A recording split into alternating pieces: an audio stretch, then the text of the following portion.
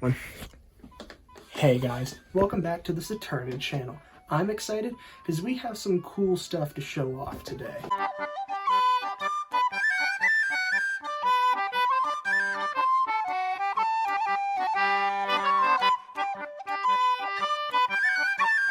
So today is special because we have two creatures here today. We have a tailless whip scorpion and a Scolopendra species piceoflava. Now for this one, I don't actually know if it's actually piceoflava or just Scolopendra species piceoflava, because from what I've seen, it has not been formally described, which this title implies. But we're going to be setting this guy up in this, and we're going to be setting up this tailless in our little thing that I've been struggling to find something to put in. The other tailless whip scorpion used to live in here, but it's been downgraded to a tarantula cribs arboreal because it's not really that big. So, let's start off with this guy, I guess. Okay, so this here is Damon diadema. Now, these guys come from Tanzania, and they are amblepigi, which are tailless whip scorpions. Let's see if we can take this guy out here. This guy is super chill, by the way. Now, if we look at this guy, we can see these things at the front. These are his chelicerae. Now, every single species of arachnid has these chelicerae. If you'll notice, they are not legs. If you want to count with me, we can count 1, 2, 3. This little broken one here is number 4. This here is number 5, 6, 7, and 8 in the back. This thing at the front is not legs. They're actually modified. I forget exactly what they are modified of, but they are something that all arachnids have. If we look at, say, scorpions, they're little pinchers. Those are chelicerae. And spiders, they're actually mating utensils called pedipalps. And in Europygi, which are vinegaroons, and the amblepigi, they are these feeding assistants. They use them to grab prey.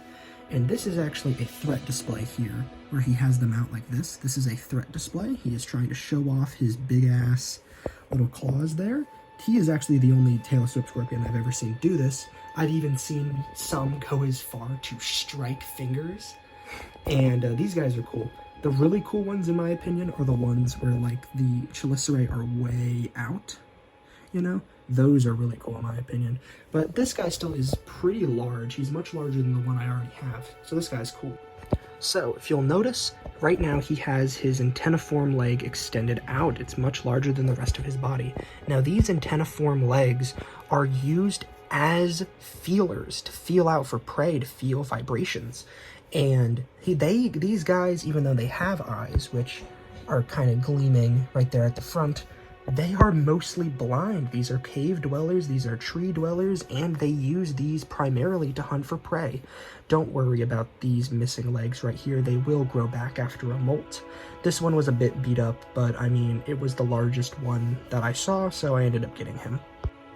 Alright, now, this guy, or girl, I don't know for sure, it's going to go into this enclosure right here. This is a simple arboreal enclosure, as these are arboreal, so we're just going to nudge it in there. Look at that. Thing's already in. That's easy. The other one that I have will bolt almost immediately every single time, which that one's harder to deal with, but this guy is cool. Alright, now we have this enclosure here set up for the centipede. If you want to pan in here. You have some sphagnum moss for some humidity retention because these guys can dry out very easily. This is actually a hide. And we have some leaf litter for hiding and a water dish. Because these guys are prone to desiccation, and I obviously don't want that to happen. You ready? Yeah. Alrighty. This thing's going to go batshit insane immediately. This is actually why I have a cameraman, because of how, yeah, keep that close, just in case.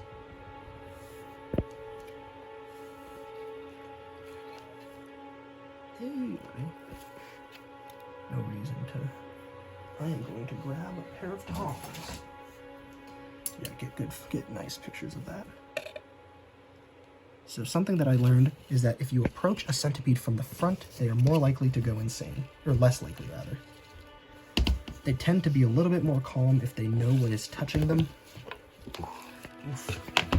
Okay, we're back. We're gonna try this again.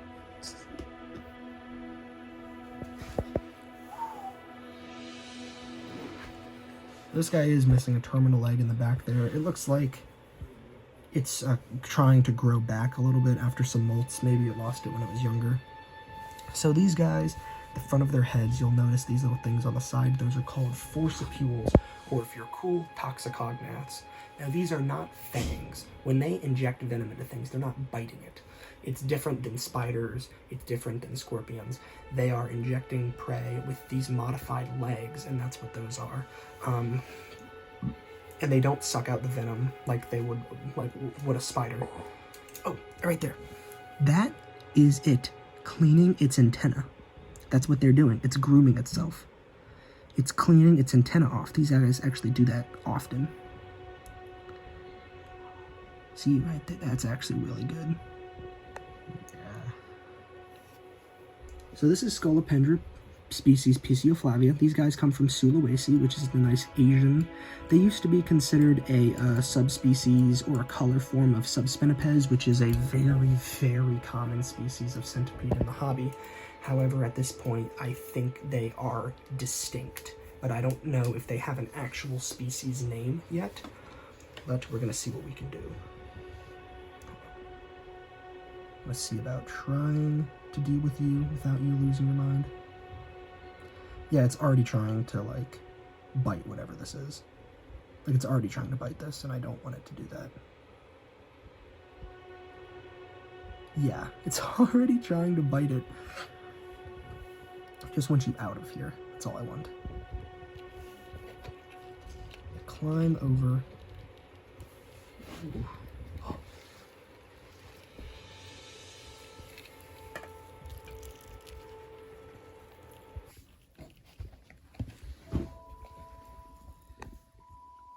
Have this back.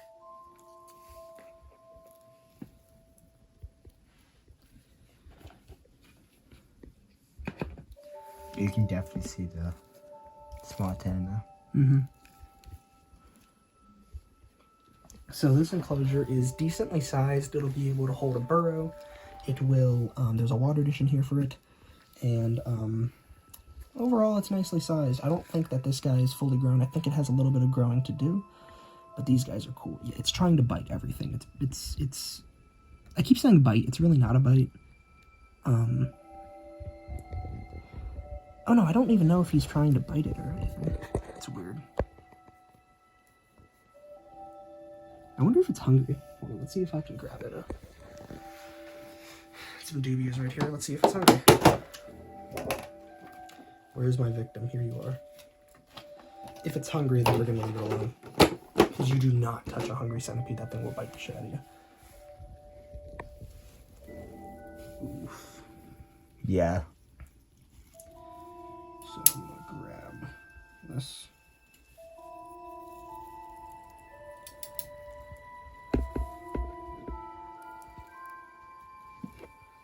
I'm trying to see if I can get it.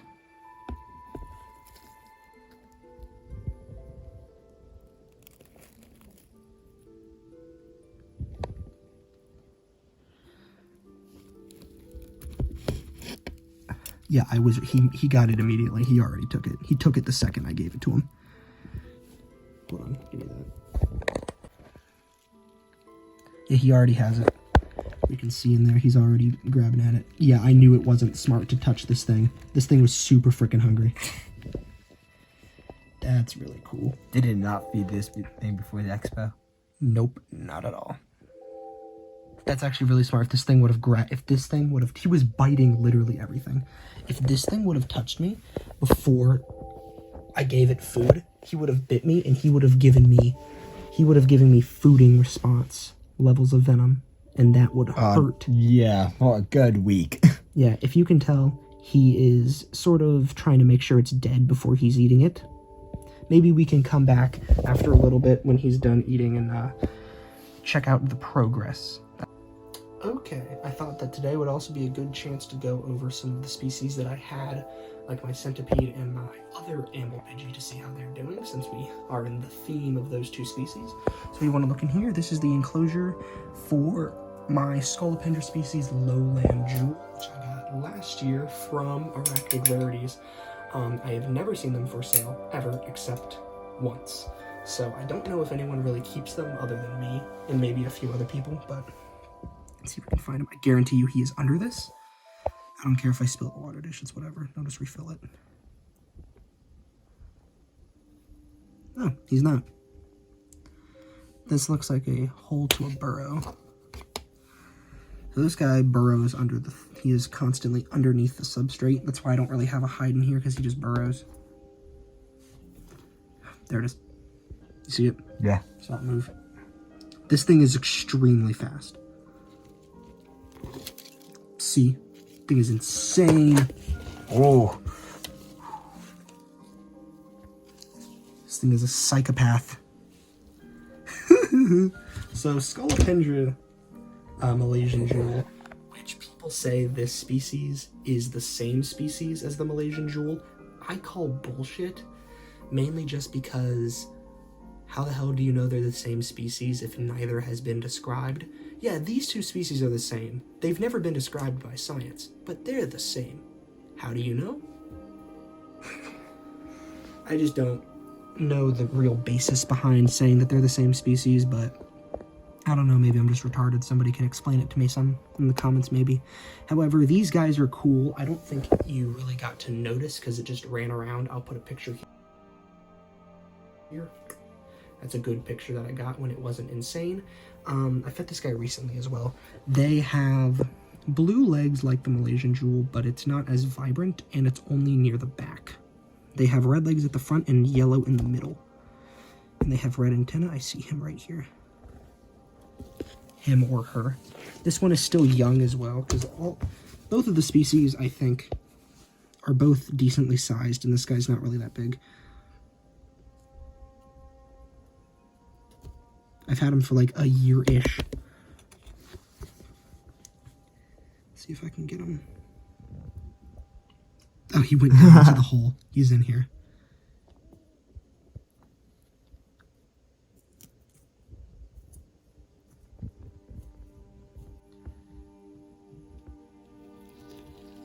They also have sharp legs normally, I've noticed.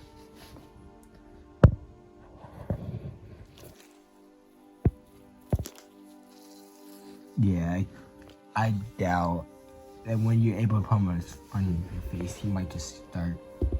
Well, I don't think he's gonna bite me at this point, because he's sort of, these are threat displays. Like, these are not him. You feel me? Yeah. Can you get out of there, please? Hey. Oh no, he's biting the tongs now. Maybe he's hungry. When did that time fit him? Like a week ago? He's not hungry. Yeah. They don't need to eat that much.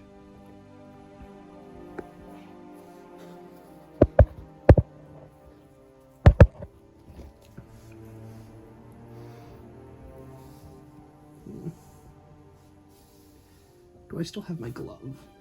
I think I'm going to employ the glove. I'm not going to pick him up with it. I just want to.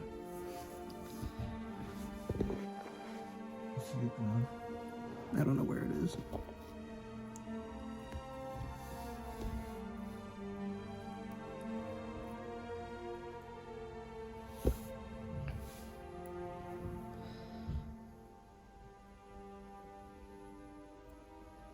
He's playing dead. He's not.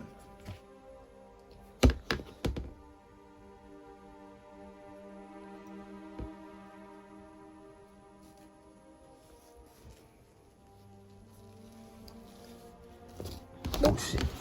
He's on the floor now. Hold on, it's okay. See? Got him. Yeah. And he's too smart not to just fall. They also have very odd legs. Like, you can feel them on you. They are very spiky. But yeah. Yay, hey, giant centipede on my hand. I want to see you do this. Yeah. It is a bit nerve-wracking, I'll definitely give you that. It's a bit chilly. I just wanted to get that for the video. Yeah. So really quickly, we're just gonna do a quick update on its feeding. We zoom in here. He is chowing down. You can actually see his head moving right there. He is chowing down on this dubia roach. And this should keep him over for like a week or so. Centipedes don't really need to eat that much. Furthermore, they also can die very easily from overfeeding. It's very important that you don't feed them that much. Well, that's the update on him. Let's move on to my other amble pidgey. This will be a lot less hectic. This is the enclosure that I am keeping my current amble pidgey in. This is a Firenus whitei, which is different species than the Damon diadema that I just showed. This is just a little tarantula cribs arboreal. You can see that little logo right there. So there it is. It is much smaller than the one I had previously, and this one is a lot bulkier. So you can definitely see the size difference. This one has all of its ligaments. Its other one is shorter because it had to molt to grow it back, because it did break off. But this guy's cool. It's very bolty, as I previously stated. This is Firenus whitei. His stomach is actually much thicker because he had a meal recently, some crickets. And that's cool. There's not much else to say about him, really. These guys come from Florida and places down there. You can get them in the South Americas as well, other than they're actually pretty common in the hobby. The Damon species are definitely the ones that are less common. Get his stupid thing back in there. Oh my god. It took so much effort. Okay. Please. Please. Yes. No. Okay, I think we're just gonna do it You old-fashioned way? I take... Oh my god. Stop it. Stop! No! We're keeping this in the video. No, stop! No! Oh, I heard some crushed. Nothing crushed. It's No good. crushed. Okay. This is the get the fuck off of me way. So these guys are really hard to get off of you because they move side to side, not forward. And I'm trying to get them to move forward. So we're just gonna do that. You got it. There we go. That took so much longer than it needed to. Last on the agenda for today, we have to feed the baby Black Widow slings that we got in the last video. Alrighty, these are the Latrodectus elegans slings. Take off the lid. Okay, this one, the web is right there. This other one, let's see if the web is connected to the lid. The web was connected to the lid a little bit, but we're good now. Alright. Where are you? Oh, this one's right there. I see him.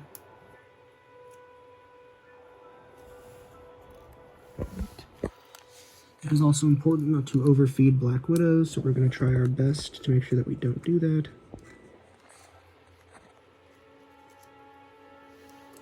Ready? They're all open. Now I'm going to grab some mealworms for them. Alright, we're going to do the first one here, just a little tiny mealworm. I kind of passed the web a little bit. I think she's feeling it though. Yeah, she feels it. Yep, you can see him grabbing that. Alright, that's Latrodectus sling number 1. She is already on it. Something I love about these spiders, they know how to get food. So we're going to leave her be. We don't want her getting out. We are going to leave her to eat her meal. That is 1 of 4. And these meals are actually rather large for the spiders that we're feeding. So these meals will last them quite a bit amount of time. All right, next up, we're going to be feeding this one here.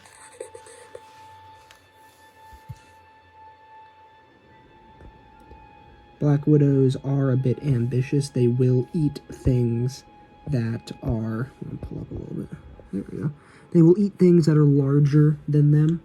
So there's no issue with this necessarily. Oh yeah, he grabbed it. Yeah, it just, as long as it can get stuck in their web, they will eat it. This is what makes them a little bit easier to feed a lot of times, because you don't have to give them the mealworms necessarily. Okay, so we have fed all 4 of our Black Widows here. We have this guy set up that we just set up, and we have our piceoflava. I was able to just take the label off and move it on if you want to look at that. So it's right there. I'm going to make some actual labels for this as well, because I want everything in my room to be labeled like these are, very nice and organized, very beautifully. where it says the species name and a picture of them. I did it for these, the ones that I just unboxed the last time. And I'm going to be doing it for maybe this one, maybe on the side, because you want to see it on the front. But, so the isopod should be here either, actually it's probably going to be Monday, because mail does not deliver on Sunday, which is tomorrow. And, guys, make sure you stay in tune for that. So, what did we all do today? We went over Centipede, went over tail swoop scorpion, went over the other tail swoop scorpion and Centipede. We fed some spiders, and I think that's the end of the video. Last time we ended by doing that thing. I think this time we're going to have to do something else.